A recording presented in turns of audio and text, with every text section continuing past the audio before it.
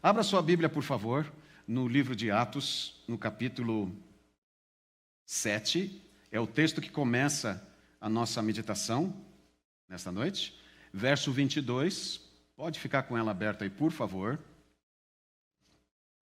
Você vai ver que Deus tem uma mensagem muito importante para nós nessa noite. Eu estou feliz porque ontem iniciamos a transmissão dos nossos cultos e temos aí um grupo que nos acompanha pelas redes sociais. Eu quero mandar um abraço para você, dizer que é muito importante nós voltarmos a nos encontrar, porque como a igreja estava em reforma, nós mudamos todo o sistema de transmissão e cabeamento, enfim, todo o sistema de sonoplastia da igreja foi renovado, e aí não teve como nesse período transmitirmos, mas ontem, sábado, retornamos à transmissão, e eu quero dizer para você que continue conosco. O próximo culto de quarta-feira também será transmitido, e participe conosco na rede social. Nós transmitimos pelo nosso canal no YouTube e pelo canal no Face, e é muito importante a sua participação, as suas observações conosco. Transmita esse like, compartilhe esse like com outras pessoas. A Igreja do Jardim América se sente muito feliz e honrada com a sua presença aqui conosco, mesmo que esteja distante. Eu tenho amigos que estão assistindo de Curitiba, outros assistindo de Cuiabá, alguns assistindo de São Paulo, e por aí vai, né? Nós temos uma família toda virtual que está conosco nesse momento. Seja muito bem-vindo. Nascer na fé é um privilégio que nem todos têm. Viver na fé é uma dádiva.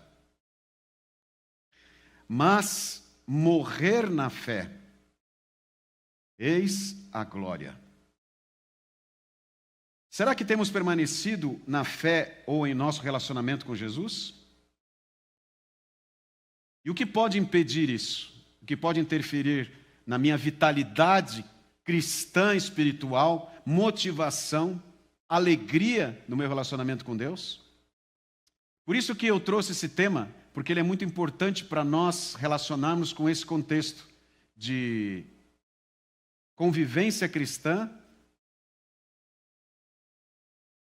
e de motivação cristã. É possível você ter um desapego com propósito? Em português, desapego pode referir-se tanto à falta de apego emocional ou material, quanto ao estado de não se importar ou não se envolver excessivamente com algo ou alguém.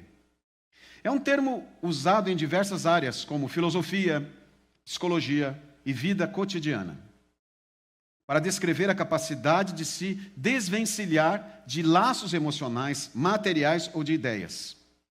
Tem uma frase que eu li num site de reflexões, de pensamentos, pratiqueobemhoje.com, diz assim: desapegar não significa que você não deve possuir nada, mas sim que nada deve possuir você. Você já pensou nisso? Atualmente é muito comum nós sermos envolvidos, nós sermos muitas vezes escravizados por coisas. E essas coisas muitas vezes são meios de nós compensarmos um vazio que nós sentimos, uma tristeza que nós sentimos, uma ansiedade que nós sentimos, ou até mesmo uma insegurança que a gente sente. E quando nós nos envolvemos com isso, esse materialismo começa a tirar valores de nós e até pessoas da nossa vida. Mas o grande problema é quando estas coisas começam a nos possuir e nós passamos a ser um produto de outros vendedores, incentivadores, promotores, que querem nos levar a entender que possuir coisas ou ter coisas novas ou conseguir mais coisas vai mudar a nossa vida.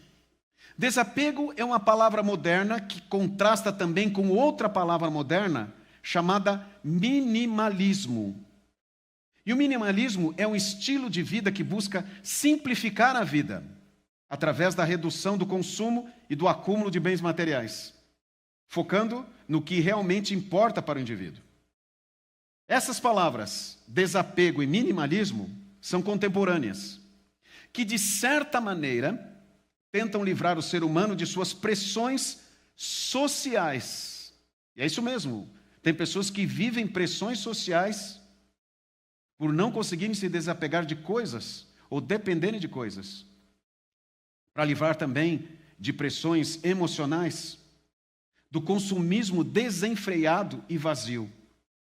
Mas é certo que muitas vezes essa preocupação do desapego e da nova ideia do minimalismo não tem nada a ver com o cristianismo ou com uma necessidade espiritual, é simplesmente uma compensação de algum tipo de sofrimento que as pessoas têm carregado. Existem pessoas que precisam de ajuda profissional, psicológica, psiquiatra, para conseguir se desapegar de coisas.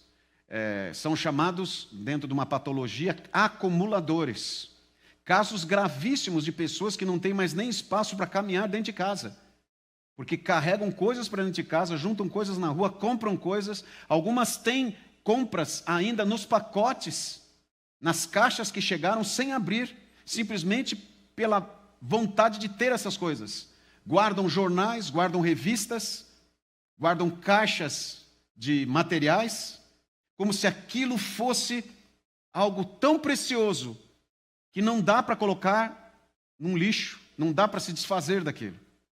É claro que por trás disso existe toda uma necessidade emocional, uma luta emocional, que é muito triste às vezes, e séria, e precisa, como eu disse, de uma orientação, de um acompanhamento, de um apoio profissional. Mas o que isso pode trazer para nós? Nós, de certa maneira, quando vivemos essa compensação materialista ou de uma vivência de compras ou comercial, nós estamos, por trás disso, tentando fugir de alguma ansiedade que nós carregamos, de alguma angústia que nós carregamos, de algum medo que nos acompanha, e, de certa maneira, compensar esse medo, essa ansiedade, essa angústia. E é óbvio que, vivendo dessa maneira, não será compensado. 2014, nós compramos um carro para a Silmara, um carro seminovo, um carro bom, que na época nos trouxe um bom recurso e conforto. Depois de nós pesquisarmos, eu escolhi pelo Etios da Toyota. Fomos a uma concessionária, ela tinha alguns seminovos, e o vendedor me disse, olha, um carro bom, é um carro que tem dado assim um bom retorno financeiro, enfim, e o preço estava bom por ser um carro seminovo, a gente adquiriu. E estávamos contentes, por alguns recursos naquela época, 2014, há mais de 10 anos, né? Era assim, modernos, né? Como Bluetooth no painel, aquela coisa toda. E eu estava feliz da vida. E num dia, eu estava voltando com a Silmara do culto, com o Etios, né? Ainda celebrando o conforto do carro e os recursos do carro. Hein? Quando nós entramos na Dutra, um trânsito bem intenso e alguns caminhões na frente. E lá, antes de chegar na minha casa, lá pela Dutra, um dos caminhões soltou uma pedra e pegou no para-brisa do carro. O carro tinha acabado, não era seminovo, mas o carro estava conservado, tinha acabado de pegar o carro. E a partir daquele momento a viagem para mim acabou, porque eu fiquei olhando para aquela trinca no vidro. E eu andava mais alguns metros e de novo olhava para a trinca do vidro. Toda aquela felicidade do conforto, do carro novo, da novidade do carro, passou a se concentrar na trinca do vidro. E não era muito grande. Era uma pedra pequena que pegou no vidro, claro que ficou ali danificado. E por menor que a trinca fosse, era nela que estava a minha atenção. E todo o conforto e recursos que aquele carro dava para mim, se perderam. Porque aquilo passou para mim a ser, daquele momento ali, a minha preocupação. E depois, chegando em casa, eu desci do carro, fui lá com a Silmara, falei, nossa, mas olha aqui, mas o que ia adiantar? Mas eu comecei a viver a minha preocupação com aquilo. Será que tem conserto? Depois eu vi que a trinca foi tão pequena que não passou de um lado para o outro, foi só para o lado de fora do vidro, apesar de parecer por dentro. E nem seria necessário trocar o para-brisa, depois eu vi. Mas existem coisas que nos atrapalham, que nos incomodam, que nos tiram o sossego e que levam o nosso foco e acabam sendo até prioridade para nós. E nós perdemos de viver coisas boas, momentos importantes, experiências importantes, porque coisas pequenas nos incomodam e nos tiram foco. E nós, muitas vezes, levantamos focados com isso, levantamos preocupados com isso, levamos isso para a cama, levantamos da cama e carregamos isso o dia todo, como eu estava com aquela trinca no para-brisa. Perdemos a alegria. E o que isso pode nos trazer? Talvez nós estejamos ocupando a nossa vida, o nosso tempo, com coisas que sejam secundárias ou coisas fúteis. E isso tem tirado o nosso tempo, o nosso sono às vezes, e aquilo que é mais importante de nós. O que tem sido mais importante para você ou prioritário? Vamos para Atos. Atos capítulo 7, verso 22, e se segure aí na poltrona, no banco, porque Deus tem um plano para nós, tem uma mensagem para nós. Olha aí você que está em casa para a sua Bíblia, abra a sua Bíblia, por favor, ou acesse a sua Bíblia, mas participa com a gente também. Vamos, nesse momento, deixar que a palavra de Deus fale para nós. Vamos lá para o texto. Atos 7, 22. O texto diz assim: E Moisés foi educado em toda a ciência dos egípcios, e era poderoso em palavras e obras. Esse era Moisés. Moisés quer dizer tirado das águas. Ele foi encontrado pela filha do faraó, que não podia ter filhos, só tinha filha mulher. E ela também não podia ter filhos. Então ela adotou Moisés. Moisés foi educado no palácio e preparado para substituir o faraó, que não tinha ninguém que pudesse substituí-lo, não tinha um filho homem.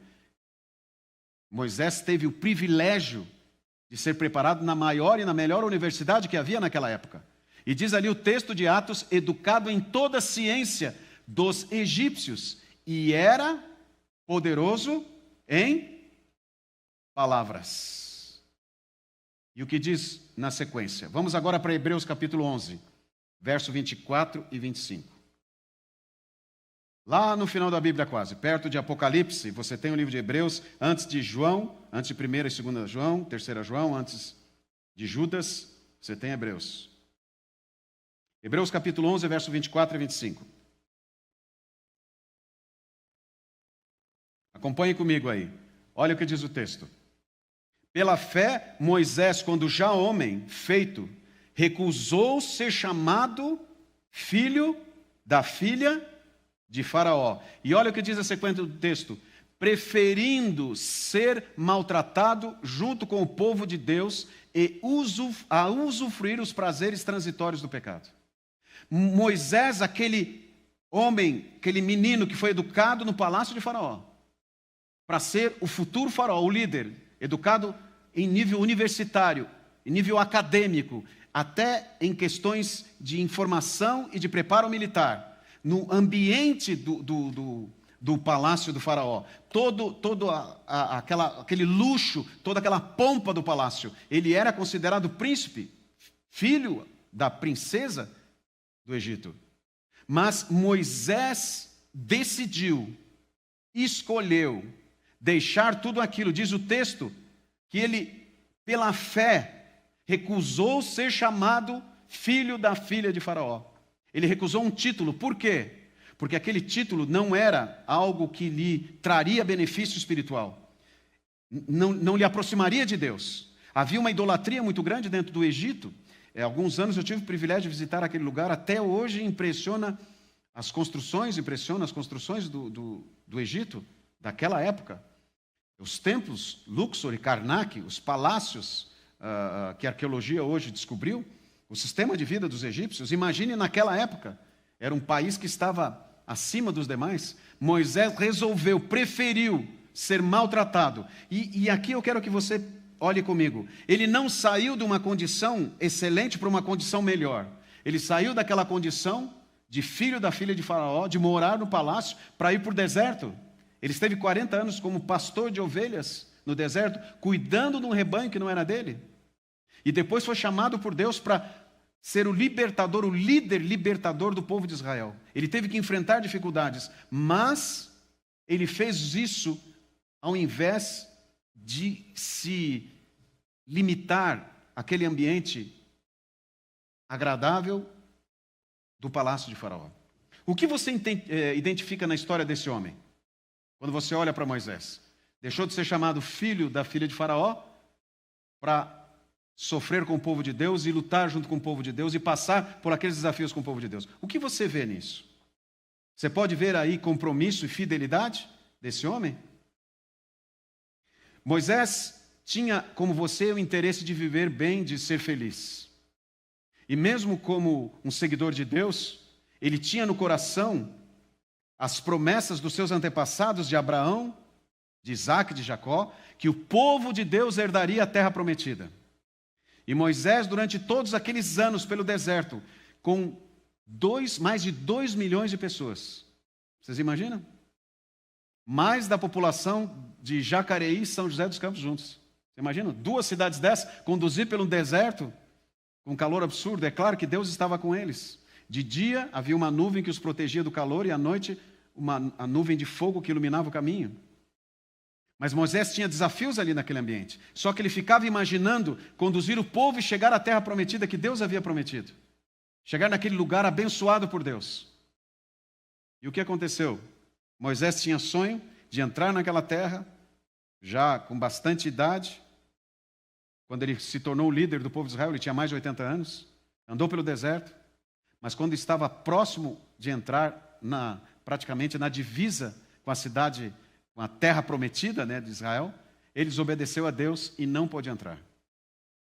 Mas Moisés tinha no coração como foco, como objetivo,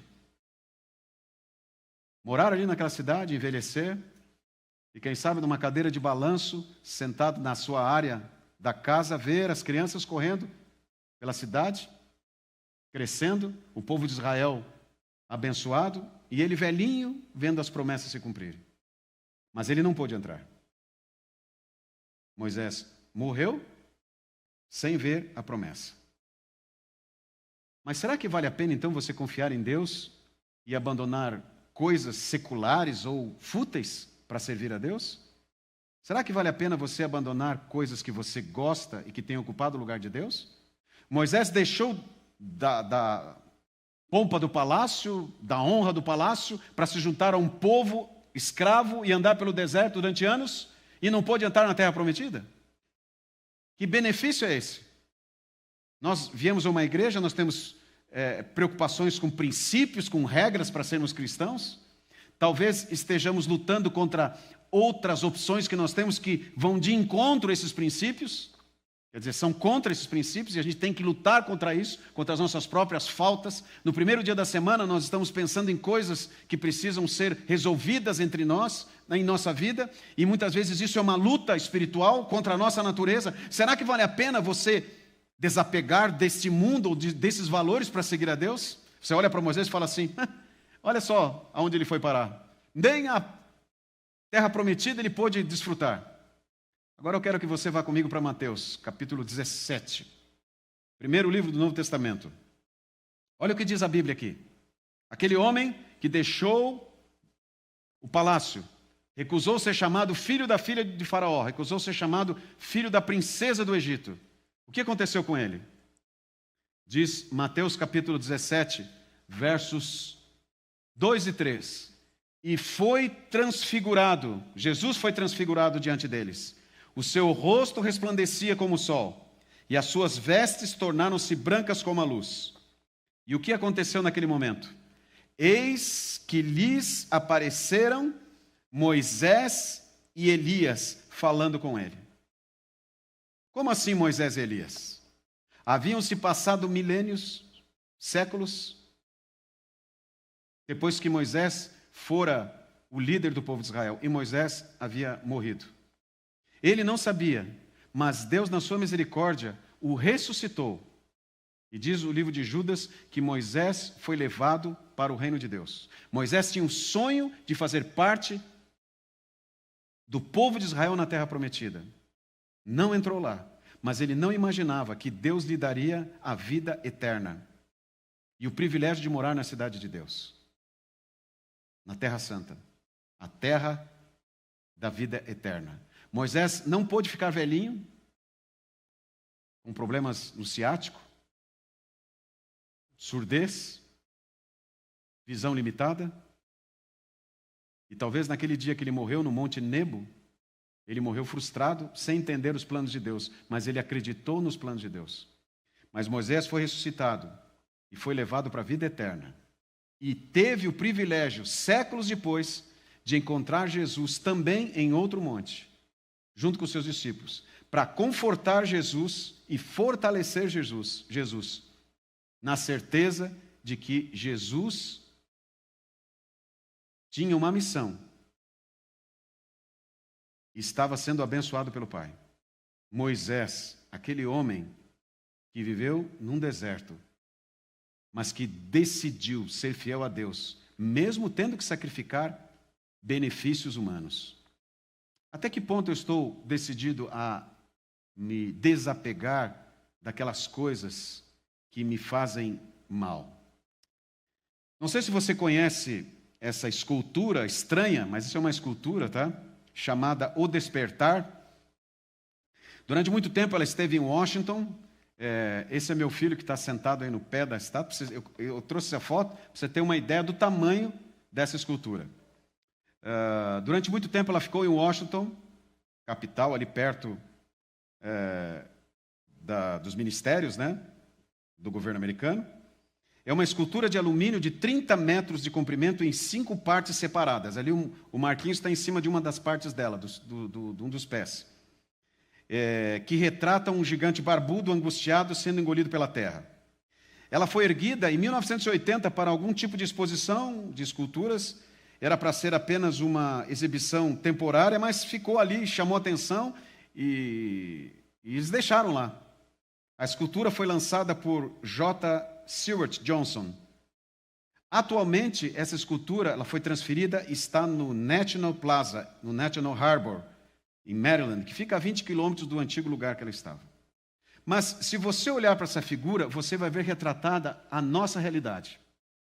A realidade do ser humano tentando se libertar de uma sepultura, de uma prisão. O ser humano clamando por uma libertação. E se nós formos olhar a realidade da humanidade hoje, não importa o nosso endereço, ou o nosso país, ou a nossa cidade, o ser humano em qualquer lugar desse planeta tem enfrentado sofrimento. E por mais que ele tente amenizar, ele continua sofrendo.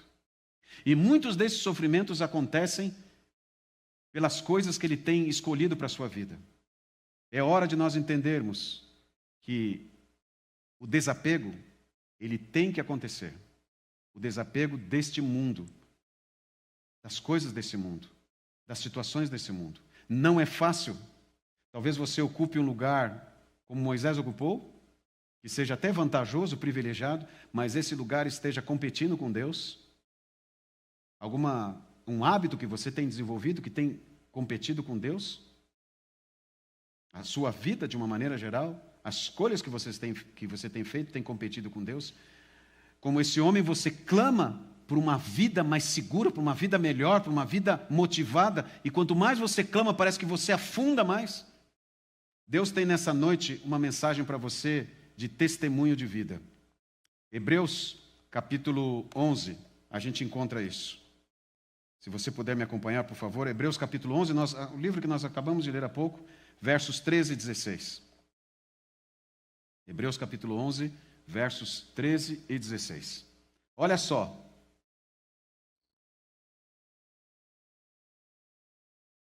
Diz o texto: todos estes morreram, de que maneira? Na fé, sem ter obtido as promessas, vendo-as, porém, de longe, e saudando-as, e confessando que eram estrangeiros e peregrinos sobre a terra. Como Moisés, que morreu sem ver a terra prometida, sem viver na terra prometida, outros enfrentaram provações e lutas por serem fiéis a Deus e não viram as promessas cumpridas, principalmente a promessa da volta de Jesus. Alguns já descansam séculos e morreram nessa certeza, mas eles morreram de que maneira? Na fé. Saudando-as e confessando que eram estrangeiros e peregrinos nessa terra. Mas agora aspiram uma pátria superior, isto é, celestial. Por isso Deus não se envergonha deles, de ser chamado seu Deus. Por quê?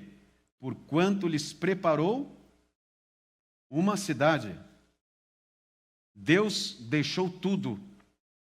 Jesus deixou tudo para vir aqui morrer por você.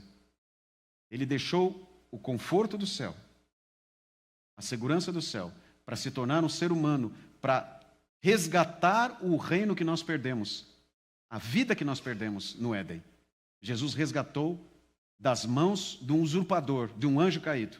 E hoje ele oferece para você, de graça. Mas o que tem impedido que eu aceite a graça de Jesus? O que eu tenho colocado acima disso? Olha aí para a sua vida, nesse primeiro dia da semana. O que precisa ser abandonado? Do que você precisa desapegar? É só você que sabe. Algum momento de prazer, um momento de divertimento, um lugar, uma pessoa. Quem sabe esse é o momento agora, esse é o momento da gente tomar a decisão de colocar o céu, mesmo que a gente não veja a promessa cumprida, mas colocar o céu em primeiro lugar. Você que está me assistindo agora, você que me vê agora aqui, que tipo de pessoa, de lugar ou de coisas tem ocupado a prioridade na sua vida e tem afastado você de Deus? Neste momento, Deus quer libertar você disso. Isso é um desapego com propósito. Nascer na fé é um privilégio. Viver na fé é uma dádiva. Mas morrer na fé, eis a glória. Que Deus te abençoe e me abençoe a todos nós a entendermos a prioridade do céu e vivermos pela fé. Mesmo que ainda a gente não veja essa promessa, mas em breve nós a veremos. Vamos cantar o hino 464, Não Desistir. Vamos ficar em pé? Espero encontrar vocês aqui na próxima quarta-feira, 19h30. Pastor Felipe Amorim estará conosco. Você que nos assiste de casa, já programe, já marque aí na sua agenda para acessar o site, o YouTube ou o Facebook do Jardim América e adorar a Deus conosco. Vamos cantar? Ok, Mike? Vamos lá? Juntos?